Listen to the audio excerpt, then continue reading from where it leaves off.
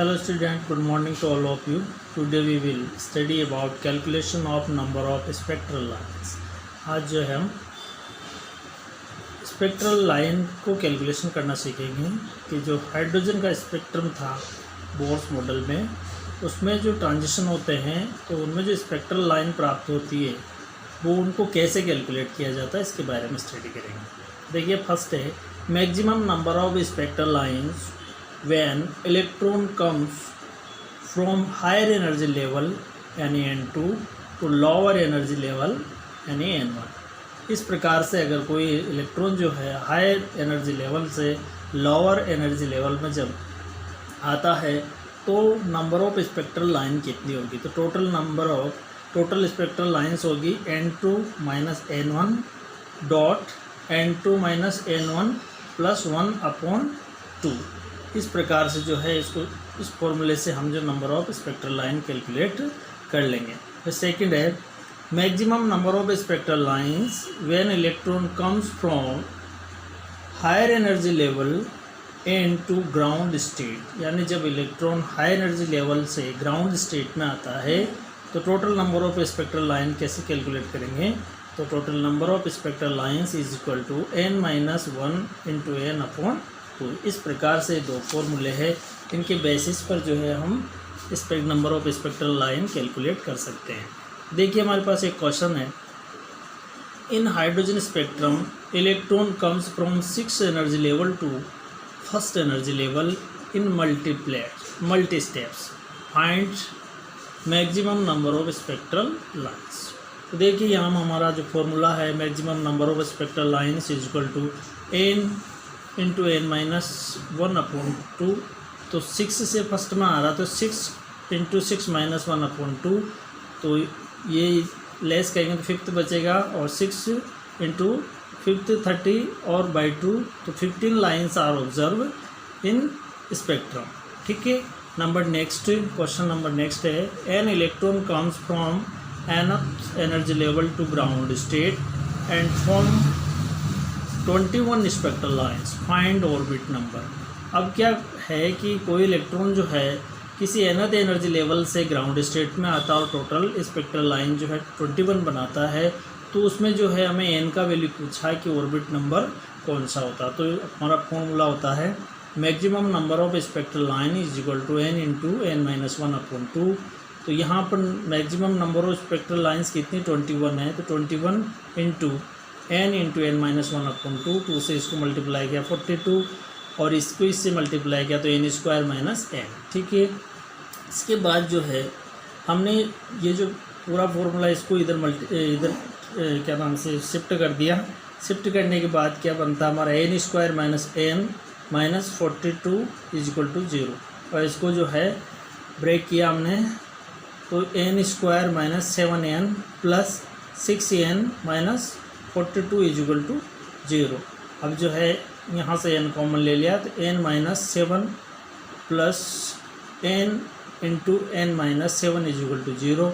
अब हमारे पास जो है ये तो पॉजिटिव वैल्यू है तो n-7 को हमने ले लिया common, n-7 is equal to 0 और n इज इक्वल टू 7, यानी वो जो ऑर्बिट होगा वो कौन से ऑर्बिट से आएगा, 7th ऑर्बिट से जो है ग्राउंड स्टेट में इलेक्ट्रॉन जंप करेगा, तब हमें जो है 21 लाइन जो है और मिलेगी। इसके बाद लिमिटेशंस ऑफ बोर मॉडल्स, ये भी बहुत इंपॉर्टेंट पार्ट है। फर्स्ट है it is applicable only single electron species. जो हाइड्रोजन का बोर स्पेक्ट्रम, हाइड्रोजन का जो मॉडल दिया था यानी बोर्स मॉडल जो है वो किसके लिए एप्लीकेबल है, ओनली सिंगल इलेक्ट्रॉन स्पीसीज के लिए या फिर सिंगल इलेक्ट्रॉन सिस्टम के लिए एप्लीकेबल है। Second, it is unable to explain MVR is equal to NH/2π, यानी उसने अपने एक पोस्टुलेट्स में बोला था कि इलेक्ट्रॉन के चारों न्यूक्लियस के चारों मूव करता हुआ इलेक्ट्रॉन जो है NH/2π का इंटीग्रल मल्टीपल होता है। तो इस बात को जो है बोर्स ने एक्सप्लेन कर पाया था। इसके बाद नेक्स्ट है it does not explain wave nature of electron, और इसके अंदर इलेक्ट्रॉन जो है मूव कर रहा तो किसी भी मूव करते हुए पार्टिकल की जो है एनर्जी होती है वो काइनेटिक एनर्जी होती है या फिर पोटेंशियल एनर्जी होती है, और उसकी क्या नेचर होती है उस चीज़ को भी जो है ये मॉडल जो है एक्सप्लेन नहीं कर पाया था। Number 4, it is unable to explain the splitting of spectral lines in the presence of magnetic field. और जीमान इफेक्ट कहते हैं, जब स्पेक्ट्रल लाइन का जो मैग्नेटिक फील्ड में स्प्लिटिंग होती है तो जीमान इफेक्ट होता है। तो उस जीमान इफेक्ट को एंड इलेक्ट्रिकल फील्ड, इसको स्टार्क फील्ड बोलते हैं या स्टार्क इफेक्ट बोलते हैं, इसको भी जो है ये मॉडल एक्सप्लेन नहीं कर पाया था। तो इस प्रकार से इसकी बहुत सारी ड्रॉबैक्स है या इसकी जो आउटकमिंग शॉर्टकमिंग है वो क्या है कि ये अच्छी तरह से जो है जीमान इफेक्ट और स्टार्क इफेक्ट को नहीं एक्सप्लेन कर पाया था, कि जो unable to explain the splitting of spectral line in the presence of magnetic field and electric field. Magnetic field में जब स्पेक्ट्रल लाइन की स्प्लिटिंग होती है तो उसे जीमान इफेक्ट बोलते हैं, और इलेक्ट्रिक फील्ड में जब स्पेक्ट्रल लाइन की स्प्लिटिंग होती है तो उसको स्टार्क इफेक्ट बोलते हैं। तो इस बात को भी जो है ये मॉडल एक्सप्लेन नहीं कर पाया था। फिर नंबर नेक्स्ट आता अपना wave mechanical model of atom. अब वेव मैकेनिकल मॉडल के अंदर क्या हुआ, in view of the shortcoming of the Bohr's model, यानी बोर्स मॉडल की कमियों को देखते हुए attempts were made to develop a more suitable and general model for atom. तो इन बोर्स मॉडल की कमियों को देखते हुए एक बहुत ही जो है सूटेबल और जनरल मॉडल को डेवलप करने का प्रयास किया गया। There are two important developments which contribute significantly in the formulation of a model is given as। यहाँ पर दो ऐसे इम्पोर्टेंट फीचर्स दिए हैं, दो इम्पोर्टेंट कंट्रीब्यूशन हैं जिनके बेसिस पे जो है इस वेव मैकेनिकल मॉडल को एक्सप्लेन किया गया है। Number first, dual behaviour of matter and light, और सेकंड हाइजेनबर्ग अनसर्टेनिटी प्रिंसिपल। इनके बेसिस पे जो है इसको एक्सप्लेन करेंगे। सबसे पहले देखते हैं अपन dual behaviour of matter and light. The French physicist de Broglie propose that matter like radiation should also exhibit dual behaviour, that is both particle and wave like properties. यानी ये जो डी ब्रॉगली है, French physicist थे, और इन्होंने अपना एक model propose किया। उसने बताया कि matter like radiation should also exhibit dual behaviour, यानी मैटर लाइक रेडिएशन, यानी रेडिएशन जो मैटर जैसे कि कोई रेडिएशन है वो भी जो है डुअल नेचर शो करती है, और उसमें जो पार्टिकल और कभी कभी वेव नेचर प्रॉपर्टीज होती है। It means that just as the photon has moment as well as wavelength. जिस प्रकार से एक फोटोन का मोमेंट होता है और उसका वेवलेंथ होता है, उसी प्रकार जो है electron should also have moment as well as wavelength. यानी जिस प्रकार से जो है किसी पार्टिकल का जो है मोमेंट और एक वेवलेंथ होता है, उसी प्रकार से एक इलेक्ट्रॉन का भी जो है मोमेंट और वेवलेंथ होता है। डुअल नेचर ऑफ या डुअल बिहेवियर ऑफ लाइट देखते हैं तो इसकी दो नेचर होती है, wave nature, for example inferences और डिफ्रेक्शंस। जब व्यतिकरण और विवर्तन होता है वहाँ पर जो है लाइट किस तरह का बिहेव करती है, क्या नाम से, वेव नेचर का। और पार्टिकल नेचर इन फोटोन, और फोटोन के अंदर जो है पार्टिकल की नेचर क्या होती है, एक तरह से क्या नाम से, फोटोन्स की तरह, फोटोन जो है पार्टिकल की तरह बिहेव करता है। De Broglie gave the following relation between wavelength end moment of a material particle. तो इसके बेसिस पर डी ब्रोगली ने जो है मोमेंट और वेवलेंथ जो होती है पार्टिकल की, उसके बीच में एक रिलेशन दिया, और उसने क्या बोला कि wavelength of electron is inversely proportional 1 momentum. तो यहाँ पर wavelength lambda is equal to 1/p, ये इस प्रकार का रिलेशन जो है उसने दिया था। अब जब भी कोई इन्वर्सली प्रोपोर्शनल होता है या प्रोपोर्शनल आता है तो हमको उसको हटाने के लिए कोई कांस्टेंट लाना होता है। तो यहाँ पर लैम्डा इज इक्वल टू क्या हो जाएगा, h/p। फिर जो है p जो क्या होता है, मोमेंटम है, और ये mv के इज इक्वल टू होता है। तो lambda is equal to h/p, और इसको और सिंप्लीफाई करते हैं तो h/mv जो है हमारा एक रिलेशनशिप आता है। इसी को डी ब्रोगली इक्वेशन बोला जाता है। इस इक्वेशन में जो लैम्डा है ये वेवलेंथ ऑफ पार्टिकल और इलेक्ट्रॉन और रेडिएशन कुछ भी हो सकता है।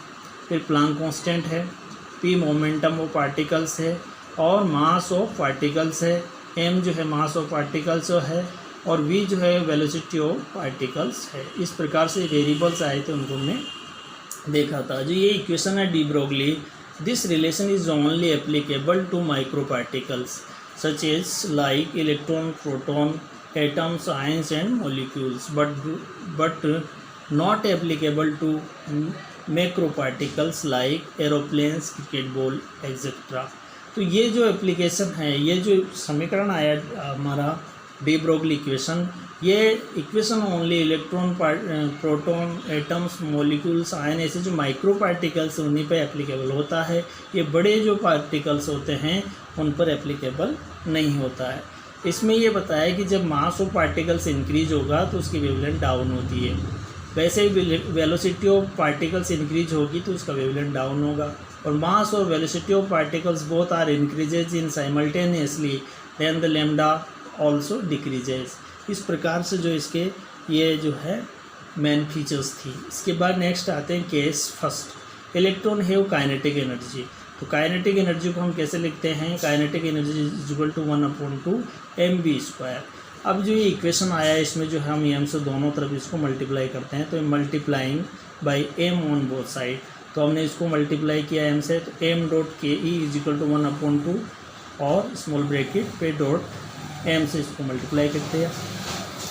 M dot K E is equal to M से इसको किया mv², m²v²/2। अब देखिए इसको आगे सोल्व किया हमने, M dot K E is equal to M V का मतलब होता है पी मोमेंटम ऑफ पार्टिकल्स, तो p²/2 इसको इधर मल्टीप्लाई कर दिया हमने, तो p² is equal to 2mke और अंडर रूट लिया तो p is equal to 2mke। इस प्रकार से हमारा एक रिलेशन आता है। इसी को हम अगर लैम्डा की फॉर्म में लिखें तो lambda is equal to h/p और h/mv की फॉर्म में भी लिख सकते हैं, तो h is equal to under root 2mke। इस प्रकार से हमारा नेक्स्ट इक्वेशन बन जाता है। इसके बाद नेक्स्ट इक्वेशन आती है हमारी, वो इसमें सेकंड जो केस बनता है, when A charge particle q is accelerated with potential, यानी कोई चार्ज पार्टिकल जो है किसी पोटेंशियल से एक्सेलरेट हो रहा है, तो उसके लिए हम किस प्रकार से डी ब्रोगली इक्वेशन लिखेंगे। तो देखिए kinetic energy is equal to charge particles और उसका पोटेंशियल को मल्टीप्लाई करके लिखा है, तो lambda is equal to h/p और इज इक्वल टू h/mv और यहाँ पर h इज इक्वल h/अंडर रूट 2mke। तो ये जो ke की वैल्यू है इसको यहाँ रख देंगे, तो h/2mqv। इस प्रकार से सेकंड केस बन जाता है और इसके बेसिस पर जो है हम उस पार्टिकल की जो है वेवलेंथ कैलकुलेट कर सकते हैं। अब नेक्स्ट क्वेश्चन देखते हैं यहाँ पर। जैसे क्वेश्चन नंबर फर्स्ट है, what will be the wavelength of ball of mass 0.1 kg moving with a velocity of 10 metre per second. यानी एक बॉल है उसका मास 0.1 kg है और वो 10 मीटर पर सेकेंड के वेलोसिटी से मूव कर रही है, तो उसकी वेवलेंथ क्या होगी ये हमें कैलकुलेट करना है। तो according to de Broglie equation तो h is equal to h/mv होता है। देखिए हमको m दिया 0.1 kg, h प्लांक कांस्टेंट है 6.626 × 10⁻⁻34 जूल इंटू सेकेंड और वेलोसिटी है 10 जो है 10 मीटर पर सेकेंड। अब इसको हम कैलकुलेट करेंगे, तो यहाँ पर हमने रखा lambda is equal to 6.626 × 10⁻⁻34 joule into second upon 0.1 kg into 10 metre per second.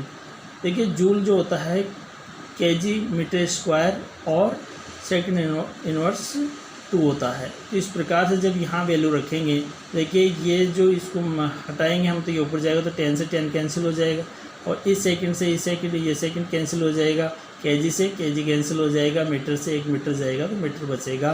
तो वेवलेंथ जो आएगी हमारी वो बचेगी क्या नाम से, lambda is equal to 6.626 into 10⁻⁻34 metre. इस प्रकार से ये क्वेश्चन आपका कंप्लीट होता है।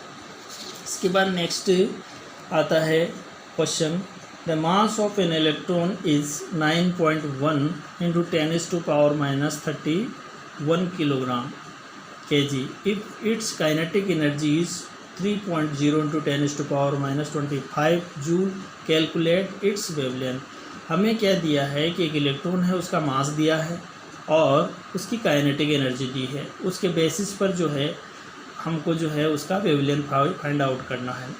देखिए ये वेवलेंथ को इसलिए हमने सिंप्लीफाई करके लिखा है क्योंकि हमारा जो फॉर्मूला आता है डी ब्रोगली के अकॉर्डिंग वो होता है लैम्डा इजिकल टू h/p या लैम्डा इजिकल टू h/mv, लेकिन उसको जो है दो केसेस के अंदर इसीलिए डिवाइड किया कि आपकी बुक के अंदर जो है काइनेटिक एनर्जी से रिलेटेड और उसके पोटेंशियल से रिलेटेड भी क्वेश्चंस है, इसलिए हमने उसको थोड़ा सिंप्लीफाई करके लिखा है। नेक्स्ट देखिए, यहाँ पर काइनेटिक एनर्जी इजिकल टू होता है 1/2mv², 2 से इधर मल्टीप्लाई किया तो 2k इजिकल टू mv²। अब जो है अपन को वेवलेंथ कैलकुलेट करनी है इसके लिए सबसे पहले अपन को वेलोसिटी कैलकुलेट करना पड़ेगा। तो देखिए v² इजिकल टू 2ke/m और इसका अंडर रूट कर लिया तो v इजिकल टू 2ke/m और इसका अंडर रूट। इसके बाद वैल्यू पुट कर दिया आपने, v इजिकल टू 2 है, काइनेटिक एनर्जी की वैल्यू 3.0 इंटू 10⁻25, ठीक है, kg मीटर स्क्वायर और सेकंड इनवर्स 2 अपॉन किसकी वैल्यू रखी, मास ऑफ इलेक्ट्रॉन या मास ऑफ पार्टिकल्स जो है 9.1 इंटू 10⁻31 kg से kg कैंसिल हुआ, ठीक है। इसके बाद मीटर और सेकंड इनवर्स 2 का जो है हमने स्क्वायर रूट ले लेंगे तो जो है वेलोसिटी आएगी वो 812 मीटर पर सेकंड कैलकुलेट होकर के हमारे पास आती है। इसके बाद नेक्स्ट होता है हमें क्या कैलकुलेट करना है, हमें वेवलेंथ कैलकुलेट करना, तो फॉर्मूला लगाओगे आप h/mv। देखिए यहाँ पर lambda is equal to 6.6 into 10⁻34 joule to second upon mass of electron रखा 9.1 इंटू 10⁻31 किलोग्राम और वेलोसिटी ऑफ इलेक्ट्रॉन रखा 812 मीटर पर सेकेंड। इसको जो कैलकुलेट करोगे आप, कैलकुलेट करने पर जो है 6.626 into 10⁻34 kilogram metre square second inverse 2 into second. देखिए यहाँ जूल की जगह हमने लिखा है kg metre square second inverse 2 into second, ये वाला। इसके बाद नीचे है 9.1 into 10⁻31 kg into 812 metre per second.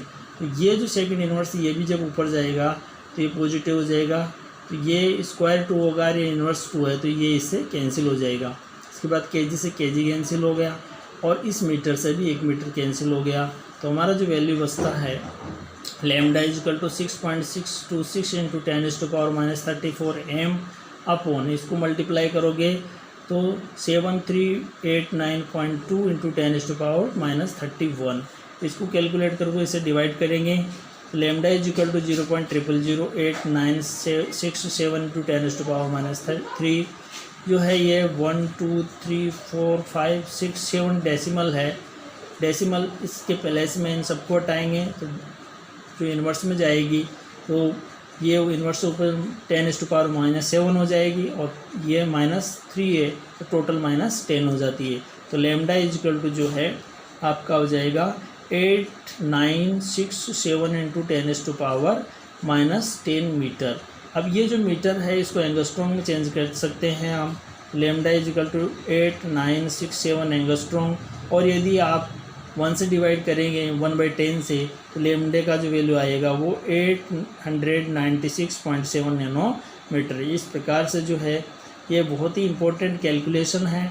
आपको डी ब्रोगली इक्वेशन से बहुत सारे जो न्यूमेरिकल्स आते हैं उनको आप अच्छी तरह से सोल्व कर सकते हो, और हमारे जो कॉन्सेप्ट है इससे रिलेटेड उनको अच्छी तरह से देखने के लिए हमें पता होना चाहिए कि किस प्रकार जो है इसके अंदर वैल्यू पुट करनी है और उसको कैसे सॉल्व करना है। आपकी बुक के अंदर इसकी काइनेटिक एनर्जी उसके कैसे से रिलेटेड ज़्यादा स्टडी नहीं है, लेकिन फिर भी हमने जो है क्योंकि आपकी बुक के अंदर इससे रिलेटेड काइनेटिक एनर्जी और पोटेंशियल एनर्जी से रिलेटेड क्वेश्चन दिए हैं तो इसको और ज़्यादा सिंप्लीफाई करके लिखा है। तो इसको टोटल को लर्न करना है इससे रिलेटेड जितनी भी बातें हम जो है लाइव क्लास के अंदर से डिस्कस करेंगे। Thank you very much.